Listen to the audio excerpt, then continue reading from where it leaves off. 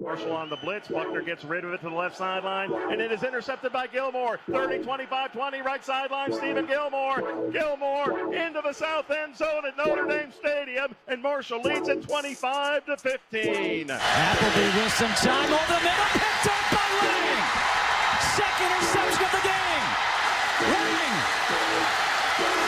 Taquan Lang to the end zone. Touchdown. Breaks it loose. It's a foot race. Rashid Ali, touchdown, 63 yards. His 21st rushing touchdown of the season. He's going for Dobson. Dobson, the big strong receiver. Yes!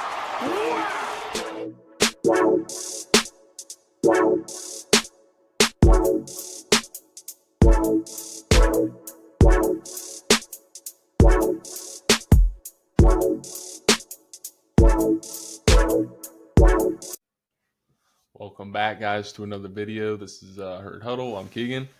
That's Tristan. And we're on to week 3 of the early football season. Tough loss last week against Missouri State. That puts our record at 0-2. But we got Eastern Kentucky coming to Huntington this weekend. 6 o'clock kick.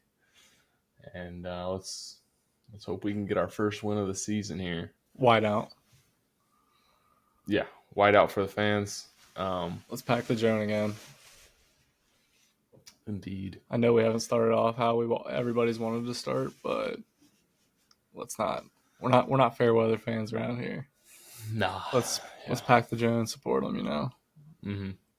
Another shout out to the student section from last weekend. They were awesome. Yeah, good crowd last week. Over 28,000. With rain. With rain. I mean, I know the rain stopped before the game, but this week it's supposed to be warmer, but good weather. No rain. Like 80 and sunny. Yeah, so let's pack tailgating weather. Yeah, tailgating should be better this weekend. Yeah. But yeah, I hope we pack the Joan again. We should pack it every week. I know we always kind of harp on that, but it was awesome seeing that many people there last week because I definitely didn't expect it. Yeah. So, but let's dive into this one. So, like I said, we got Eastern Kentucky rolling in here. 1-1. I mean, yeah, they're 1-1. They lost to Louisville week 1, and then played Houston Christian and won that game. So they're 1-1. But what are you looking to see in this one? Well, as far as Marshall goes, we have to get the offense going. That's obviously going to be a key to the game for us. Have to get the offense going. Play calling was obviously not the best last week. So we definitely need to see improvement. And defensively, we need to limit the big plays and the busted coverages. Yeah. EKU, I mean, they've scored, I believe, 2 defensive touchdowns already this season. I think at least 1 each game. So their defense isn't bad by any means.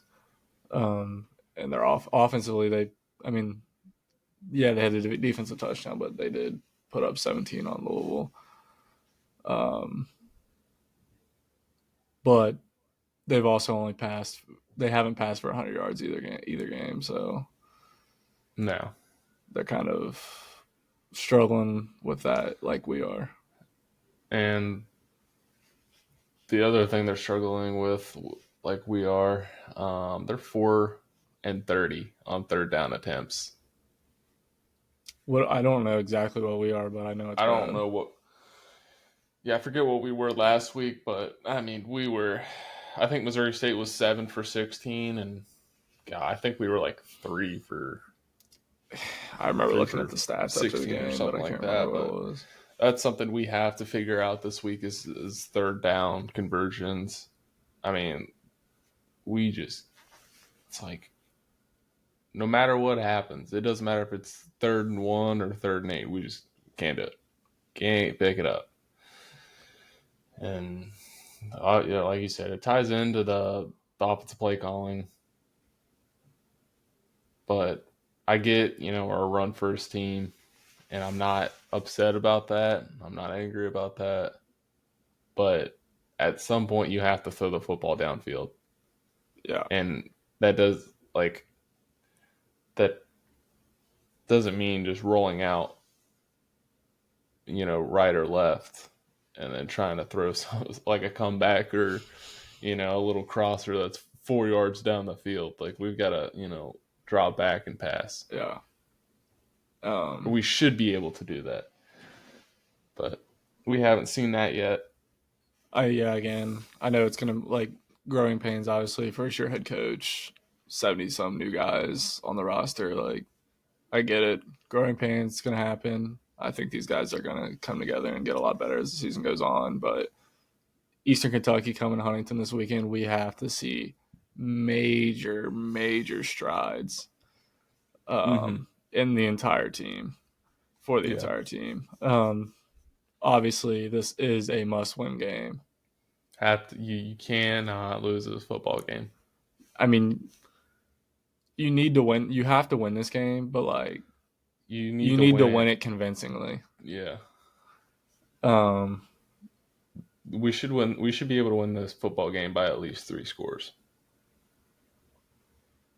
Yeah, it's scary saying that, but that's what needs to happen. Yeah. And I know you had some other stats on EKU. I think you said, didn't you?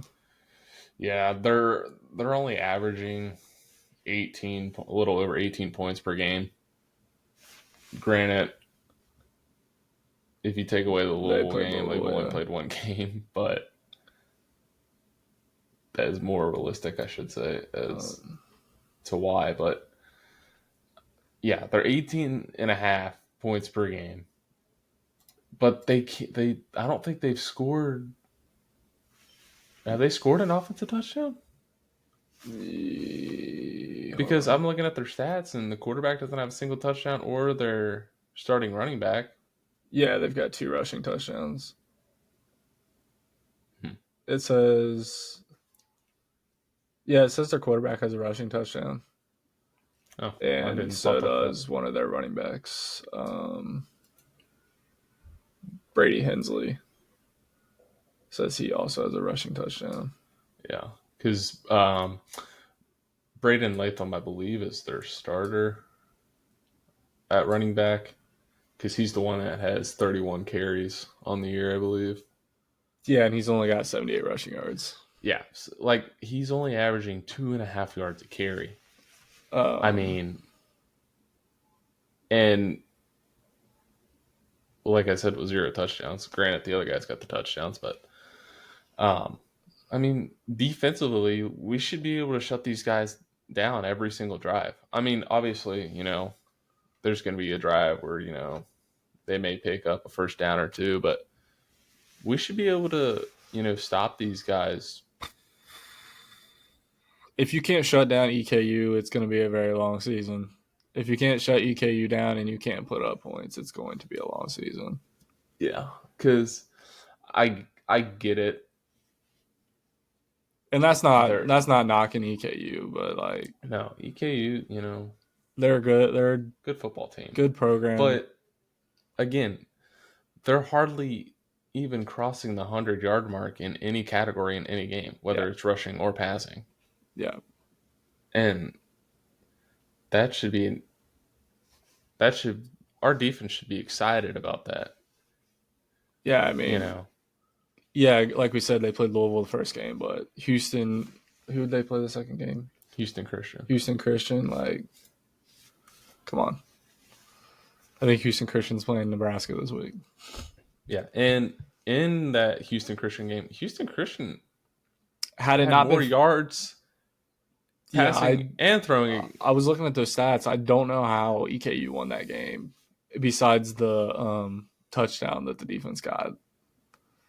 The defense is why they won that game, Yeah, I don't get it. And the defense is really why they put up 17 points against Louisville, because I believe they caused 3 turnovers against Louisville. Yeah. So defense seems pretty solid. Yeah. Their offense is probably what's lacking. So I don't know if that statistically is what's lacking. I don't know if that should scare us. The defense. I've heard a couple other outlets say that EKU might have a better defense than Missouri State. So yeah, I don't know, man. That would be scary.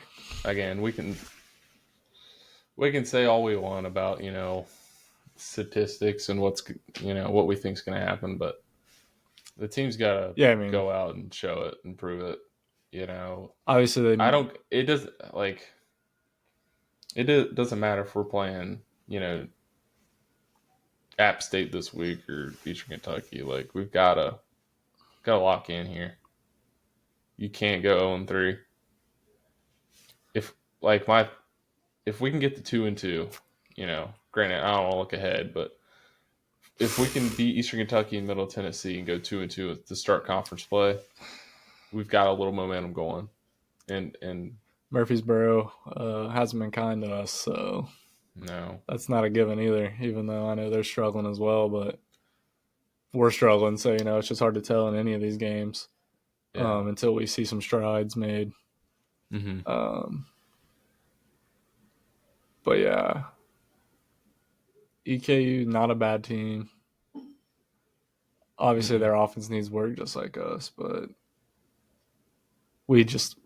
I can't express it enough how much we have to win this game, and we need to win it convincingly. Yeah, but it starts with the offense, in my opinion. We have to move the football.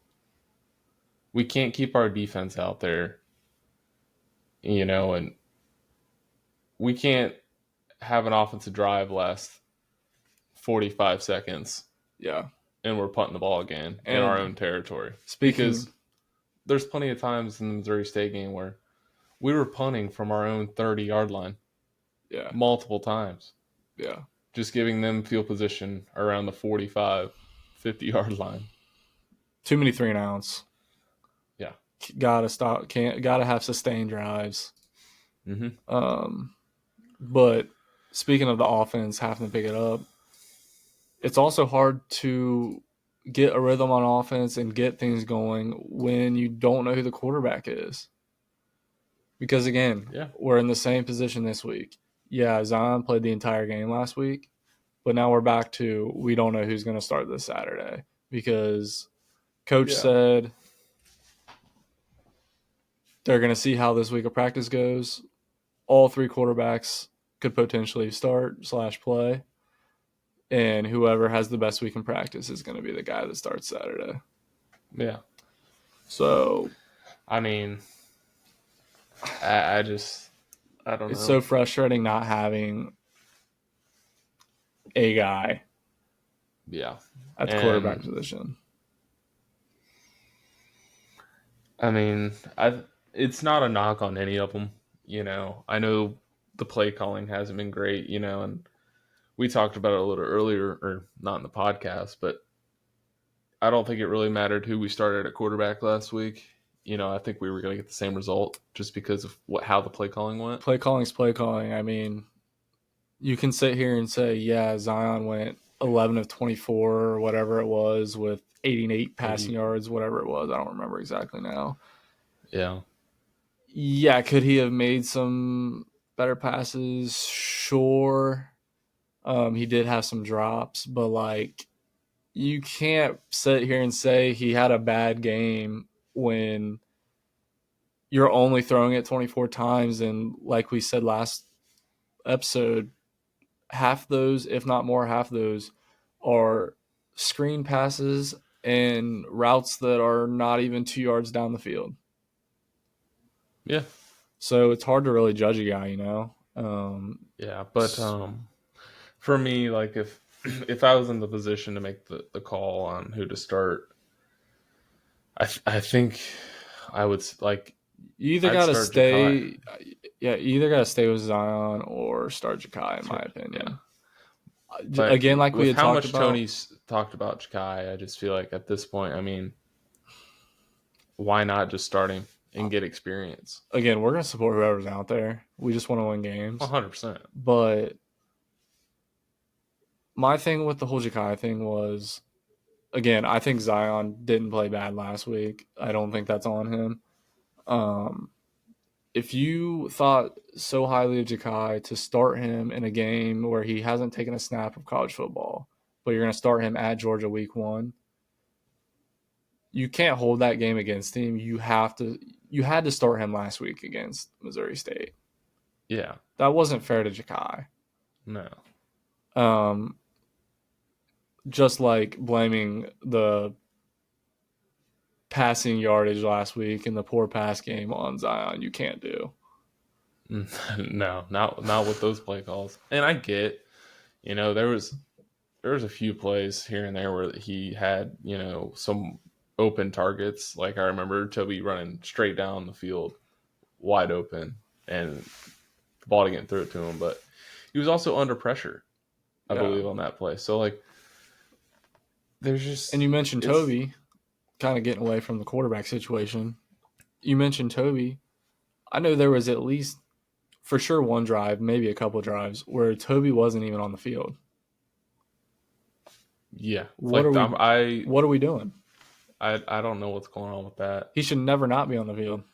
I mean, I just feel like any offensive package you have, I just feel like he's got to be on the field. Yeah. He's your best offensive player. And I think Joshawn and Justin have been doing good at the running back position. Well, again, surprised we haven't seen some of the other guys. Yeah, I mean, we haven't really seen Tony Mathis Michael at all. Allen and Tony Mathis. I mean, I know Mathis was coming off an injury, so I don't know the whole situation on that, but haven't seen Mathis. Seen Roberts a couple plays at Georgia, but didn't see him last week. And Michael Allen haven't seen really. So interesting, very interesting. I don't know. We'll see. I'm excited for the game though. We just got to get in the win column, start stacking wins. Season's not over yet. We've said that a million times. We can turn this thing around. Yeah. We just got to figure out some of the decisions being made. Play calling. And I don't think this year isn't about winning convincingly. Like this week right now should be a convincing win. Yeah. But after this game, it doesn't matter how we win. If we as long as we win, that is what matters. We're not going to go this team, I hope I'm wrong, but we're not going to see this team, just physically dominate for all 4 quarters against, some of these Sunbelt teams that are going to come up on the schedule. We're not going to win 55-17. We're going to be in a dogfight for most of these games, but we have an opportunity to win every game, and I hope people realize that. I just don't want people jumping off the bandwagon. Yeah. Listen, we all understand last week's loss. It sucked. But that doesn't mean the whole season is over. And again, obviously we all knew there was a chance that this year was going to be somewhat of a struggle. Yeah. But that's when the coaches and the players and everybody, they need us as fans the most. Mm-hmm. Show up and cheer them on no matter what, So that's why, again, we were talking about attendance earlier. I hope the Joan is packed again this weekend. Yeah. Because the atmosphere, fan base wise, I mean, it was awesome. And I hope to see that every week. Mm-hmm. And again, after this weekend, we're on the road and have bye weeks for almost a month. Our next home game isn't until October 11th. So get to the Joan while you can, while the weather's nice, before it starts to get real cold, I mean, still get to the Joan then too, but let's get to the Joan this weekend. So this is a big game just for, a winning standpoint, but also for a momentum standpoint. If we can get a win here and at home, that gives us some momentum to go on the road and take care of business against Middle Tennessee and so on. and then start conference play. It is a whiteout, like we said. So what is the uniforms going to be?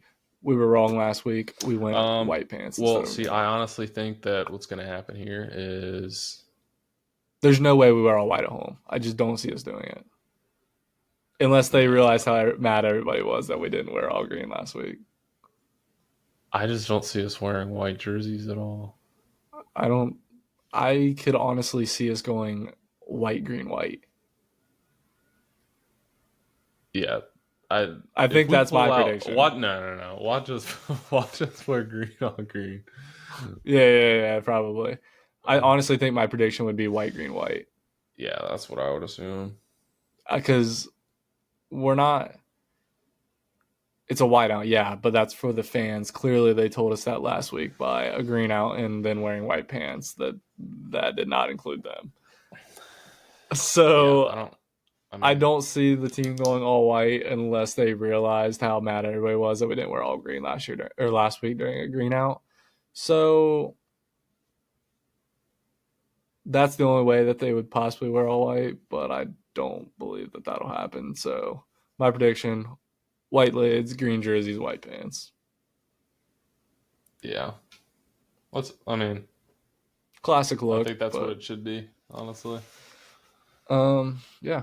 So, score predictions. Do you want me to go? We don't have as many this week because I definitely forgot to get a tweet out and get predictions from everybody. How many we got here? We got about 8 this week. Since I was a little last minute on getting that out. Do you want me to go through these or you want to give yours first? You can go through them first. All right. So, let's see what we got here. Again, like last week, only one guy picking the opponent to win. So I will save that one for last. Yeah, he was right. He was right. I don't remember who said that. We forgot to shout him out. Actually, I don't want to shout you out. I'm sorry. We lost. Tony Gibson's whistle says 27-16 Herd. Yogi the Bear says 17-14 Marshall. Marshall Muse says 31-17 Marshall. I would love to see 30 points. Kelly Green Report says 14-10 Herd. That would be brutal. Although a win would be brutal.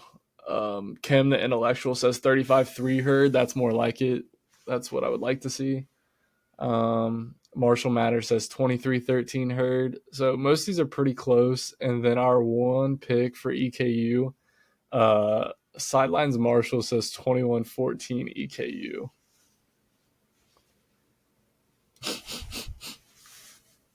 I mean, I can't even dog them for saying that. Yeah, I mean, until we see it, it's just kind of tough. Yeah, I mean, I don't expect us to. I do think we put it together a little bit this week, though. I'm going to go.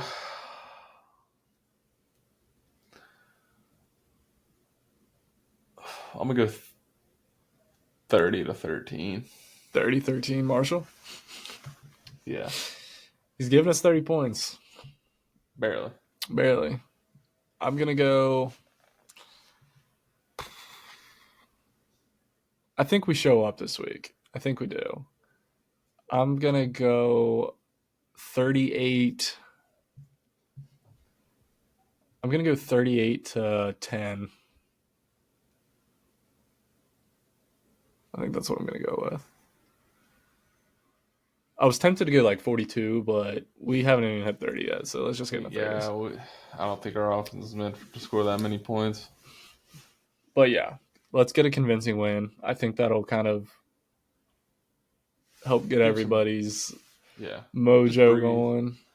Yeah. But yeah. EKU, folks, this Saturday at the Joan, 6 p.m. White out. Wear white. You got anything else for this one? Any thoughts, concerns that we haven't discussed? No, I mean EKU, not a far trip. I'm sure they'll bring a decent amount of fans. Yeah. Just pack it. Good atmosphere, big atmosphere. I'm sure we'll still have pop music blaring all game, but I was gonna say that. Let's just hope there's not. Hopefully we get a chant. Let's force the "We Are Marshall" chants on, guys. Let's do it. We gotta break it out, man. We gotta be loud. If we can get the whole stadium to do it, we tried. Force them to turn that music off. Hopefully they fix the scoreboard as well. You think I don't know what time the backyard brawl is, but do we think they're gonna put that up on the scoreboard again if Pitt's winning after the backlash from last week? That's what hurts, man. I mean, because at the time they put that on there, I think we were up 17-7. Yeah, I mean, and then we ended up going up. Good. We ended up going up 20-7. 20-7. And then it all went downhill. Forget about it. That was last week. We're moving on. EKU. We're going to get this dub. Yep. Well, if that's all you got, you can go ahead and take us out here. What do we think Eastern Kentucky's wearing? I guess it depends what we're wearing. Probably maroon pants, I'm assuming. Probably exactly what Missouri State wore. White helmet. Is that white jersey?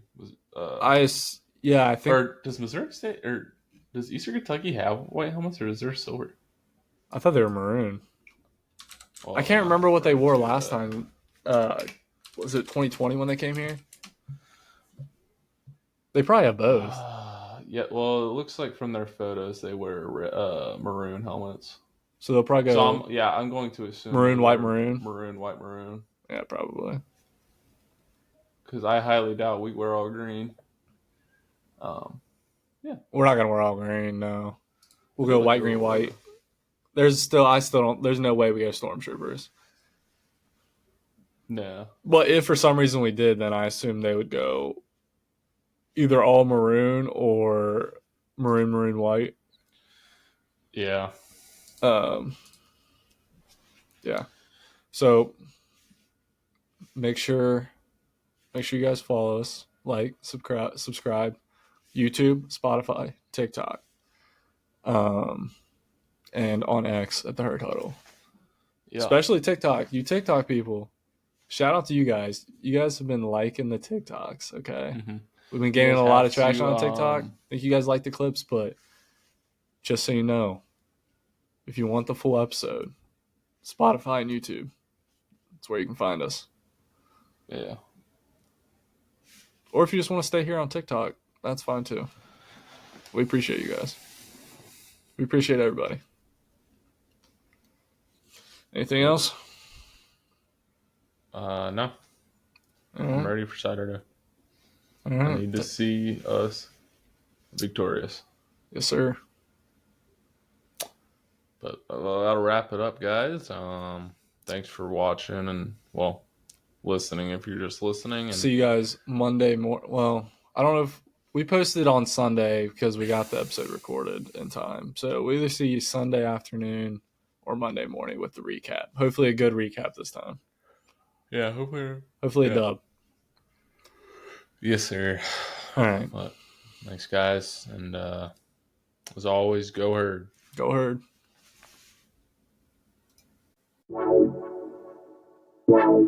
Marshall on the blitz. Buckner gets rid of it to the left sideline, and it is intercepted by Gilmore. 30, 25, 20, right sideline. Stephen Gilmore. Gilmore into the south end zone at Notre Dame Stadium, and Marshall leads it 25-15. Appleby with some time over the middle, picked up by Lang. Second interception of the game. Lang. Taquan Lang to the end zone. Touchdown. About Ali. Breaks Rashid Ali, touchdown, 63 yards. His 21st rushing touchdown of the season. He's going for Dobson. Dobson, the big strong receiver. Yes! Wow!